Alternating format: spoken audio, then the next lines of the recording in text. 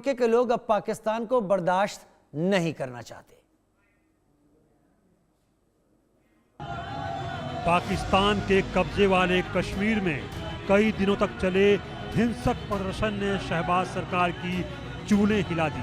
शहबाज और मुनीर ने विरोध प्रदर्शन को दबाने के लिए 10 से ज्यादा निर्दोष लोगों का खून बहा दिया।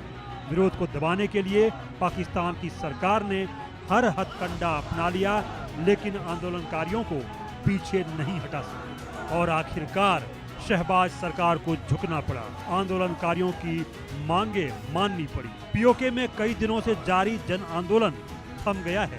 पीओके सरकार और अवामी एक्शन कमेटी के बीच हुए समझौते में सरकार ने 38 में से 21 मांगे मान ली हैं। इसके बाद अवामी एक्शन कमेटी ने सभी विरोध प्रदर्शन समाप्त करने का ऐलान किया है। हालांकि आंदोलन के दौरान मारे गए लोगों की याद में अगले 3 दिनों तक शोक जुलूस निकाले जाएंगे। समझौते के तहत विरोध प्रदर्शनों में मारे गए लोगों के परिवारों को सरकारी कर्मचारियों के बराबर मुआवजा मिलेगा और उनके एक सदस्य को 20 दिनों के भीतर नौकरी भी दी जाएगी। घायलों को 10-10 लाख रुपए की आर्थिक सहायता भी दी जाएगी। हिंसा और मौत के लिए जिम्मेदार लोगों पर आतंकवाद रोधी कानूनों के तहत कार्रवाई की जाएगी और इसकी न्यायिक जांच भी कराई जाएगी ताकि सच्चाई सामने आ सके।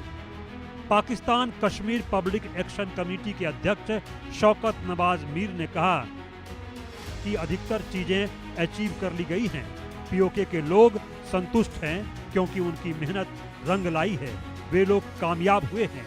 इस विरोध प्रदर्शन में बहुत सी कीमती जानें गई हैं, उनके लिए शोक मनाया जाएगा। पीओके में पिछले कई दिनों तक हालात विस्फोटक नजर आए, जिसमें पाकिस्तान सरकार के खिलाफ प्रदर्शन कर रहे लोगों पर पाकिस्तानी सरकार ने फायरिंग कर दी। इसमें 12 निर्दोष लोगों ने अपनी जान गंवा दी।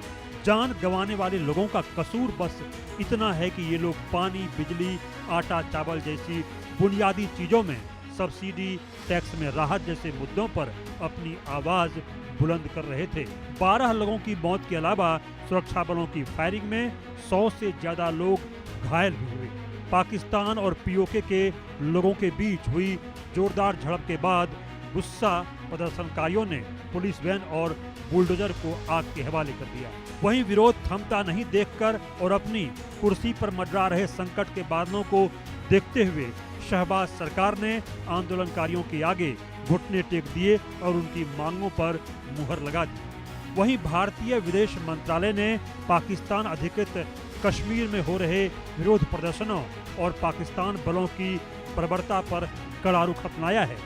मंत्रालय ने कहा कि पाकिस्तान का दमनकारी रवैया और अवैध कब्जा ही इन हालात की जड़ है। पीओके के कई इलाकों से विरोध प्रदर्शनों और आम लोगों पर पाकिस्तानी फौज की ज्यादती की खबरें आई। ये सब पाकिस्तान की दमनकारी नीतियों का नतीजा है, जहां वह स्थानीय संसाधनों का शोषण करता है और जनता पर अत्याचार करता है। भारत ने साफ किया कि पाकिस्तान को इन गंभीर मानवाधिकार उल्लंघनों के लिए जिम्मेदार ठहराया जाना चाहिए।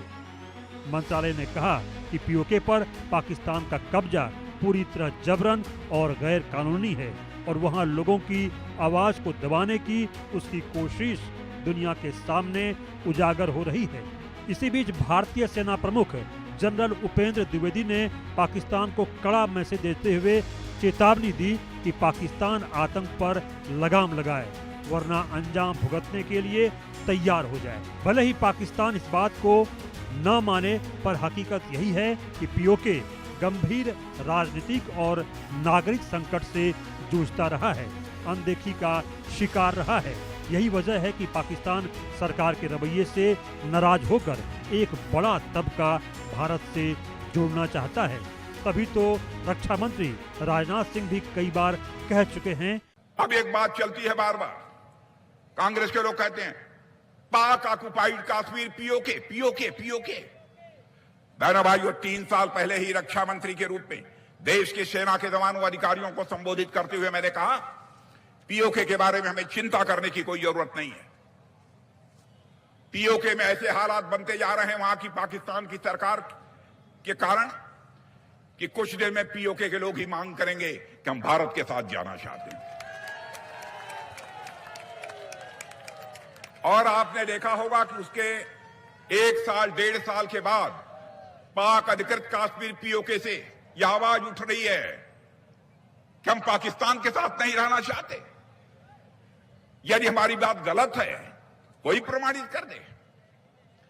और बहनों भाइयों, आज भी आपने देखा होगा वीडियो, शायद कुछ लोगों के पास होगा, पाक अधिकृत कश्मीर के लोग कह रहे हैं अब पाक अधिकृत कश्मीर यानी पीओके में पाकिस्तान का झंडा नहीं फहरेगा, पाकिस्तान का झंडा उतारा जा रहा है, पीओके के रहने वाले लोगों के द्वारा ही उतारा जा रहा है। कि जल्द ही पीओके के लोग खुद आगे आकर भारत में मिल जाएंगे। Bureau report, India news.